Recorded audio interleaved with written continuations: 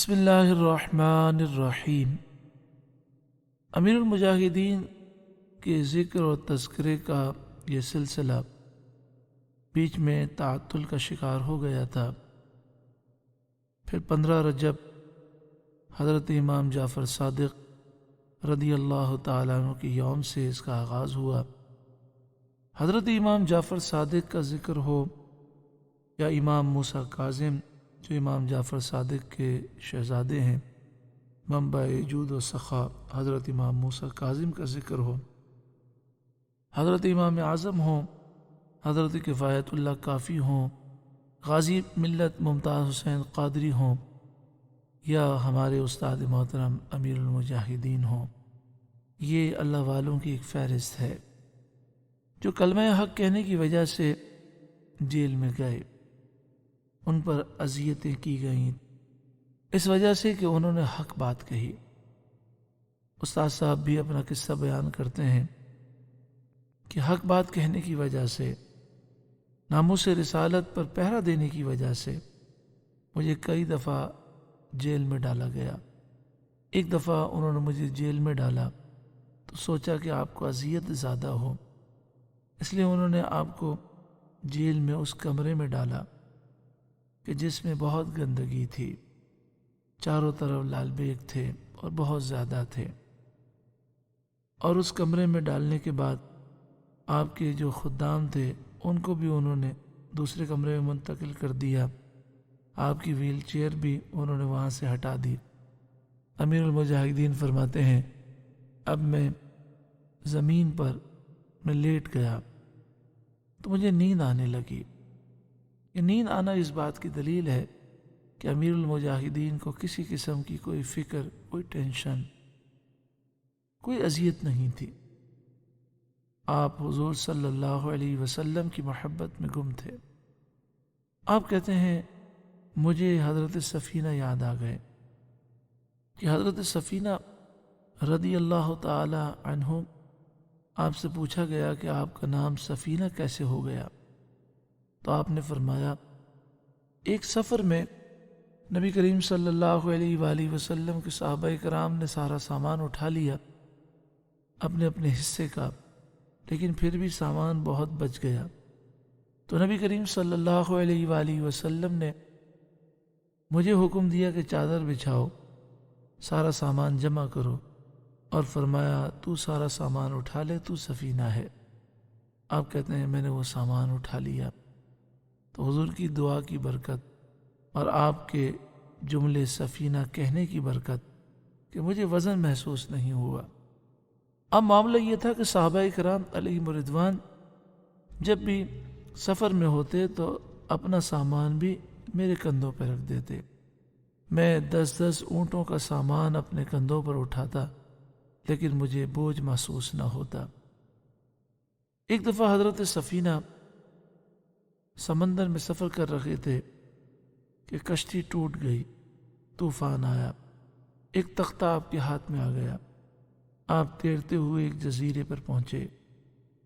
وہ جزیرہ ایسا تھا کہ وہ شیروں سے بھرا تھا، دوسرے جانور نہیں تھے، شیر اس میں بھوکے تھے۔ ایک بھوکا شیر آپ پر حملہ آور ہوا اور دوڑتا ہوا آیا، زوردار آواز نکالی تو آپ نے فرمایا یا ابا الحارث انا مولا رسول اللہ صلی اللہ علیہ وسلم، اے ابو الحارث میں رسول اللہ صلی اللہ علیہ وسلم کا غلام ہوں۔ یعنی شیر سے آپ نے خطاب کیا تو شیر نے اپنا سر جھکا دیا، کندھا جھکا دیا، آپ اس پہ سوار ہو گئے تو شیر پھر ساحل پر دوڑتا رہا اور آپ کے ساتھیوں تک اس نے آپ کو پہنچا دیا۔ تو آپ فرماتے ہیں مجھے یہ واقعہ یاد آ گیا۔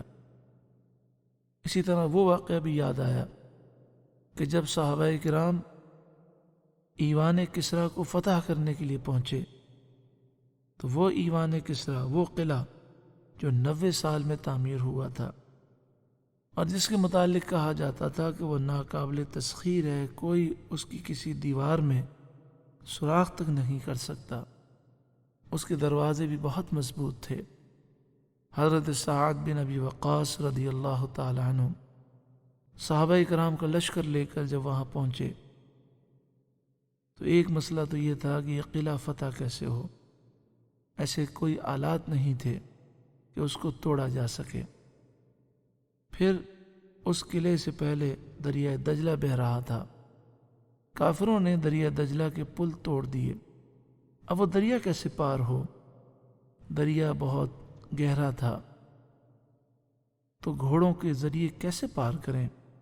حضرت سعد بن ابی وقاص رضی اللہ تعالی عنہ نے دریا سے کلام کیا اور فرمایا، اے دریا، ہم رسول اللہ کے غلام ہیں، ہمیں قلعہ فتح کرنا ہے، راستہ دے دے۔ یہ کہہ کر آپ نے اپنا گھوڑا دریا میں ڈال دیا تو دریا ان کے لیے میدان کی طرح ہو گیا۔ صحابہ کرام گھوڑے دوڑاتے ہوئے اس طرح گزرے کہ دریا کے پانی کی وجہ سے گھوڑوں کے پاؤں بھی گیلے نہ ہوئے۔ کافروں نے جب یہ منظر دیکھا تو ان پہ خوف طاری ہو گیا اور وہ یہ کہتے ہوئے قلعہ چھوڑ کر بھاگے کہ دیو آ گئے، بھوت آ گئے، اور وہ قلعہ بغیر جنگ کے فتح ہوا۔ یہ واقعہ مدائن کا ہے، عراق کا شہر مدائن کا۔ استاد صاحب فرماتے ہیں یہ واقعات مجھے یاد آئے تو میں نے لال بیگ سے کہا، اے لال بیگم، میں نبی کریم صلی اللہ علیہ وسلم کا غلام ہوں، مجھے نیند آ رہی ہے، جب میں سو جاؤں تو مجھے تنگ مت کرنا۔ یہ کہہ کر آپ کہتے ہیں میں نے آنکھیں بند کر لیں۔ امیر المجاہدین کا یقین تو دیکھیں، جس طرح حضرت سعد بن ابی وقاص نے دریا سے کہہ کر گھوڑا دریا میں ڈال دیا، امیر المجاہدین نے یقین کے ساتھ آنکھیں بند کر لیں اور آپ کہتے ہیں اطمینان سے میں سو گیا۔ جب میری آنکھ کھلی تو پورے کمرے کے لال بیگ وہ ایک دیوار کے ساتھ جمع تھے اور قطار بنا کر کھڑے تھے، گویا کہ زبان حال سے وہ کہہ رہے تھے، اگر آپ رسول اللہ کے غلام ہیں تو ہم بھی رسول اللہ کے غلام ہیں۔ حدیث پاک میں ہے، من کان للہ کان اللہ لہ، جو اللہ کا ہو جاتا ہے اللہ اس کا ہو جاتا ہے۔ ہم بہت خوش نصیب ہیں کہ ہم نے امیر المجاہدین کی زیارت کی، ان کے افکار سے فیض حاصل کیا۔ لوگ امیر المجاہدین کے بارے میں بعض اوقات ایسے تاثرات دیتے ہیں کہ ہم حیران ہو جاتے ہیں۔ ایک شخص نے بڑی پیاری بات کہی، انشاءاللہ ہم اگلے کلپ میں سماعت کریں گے۔ اللہ تعالیٰ امیر المجاہدین کے فیض سے ہمیں منور فرمائے، آمین، صلی اللہ علیہ وآلہ وسلم۔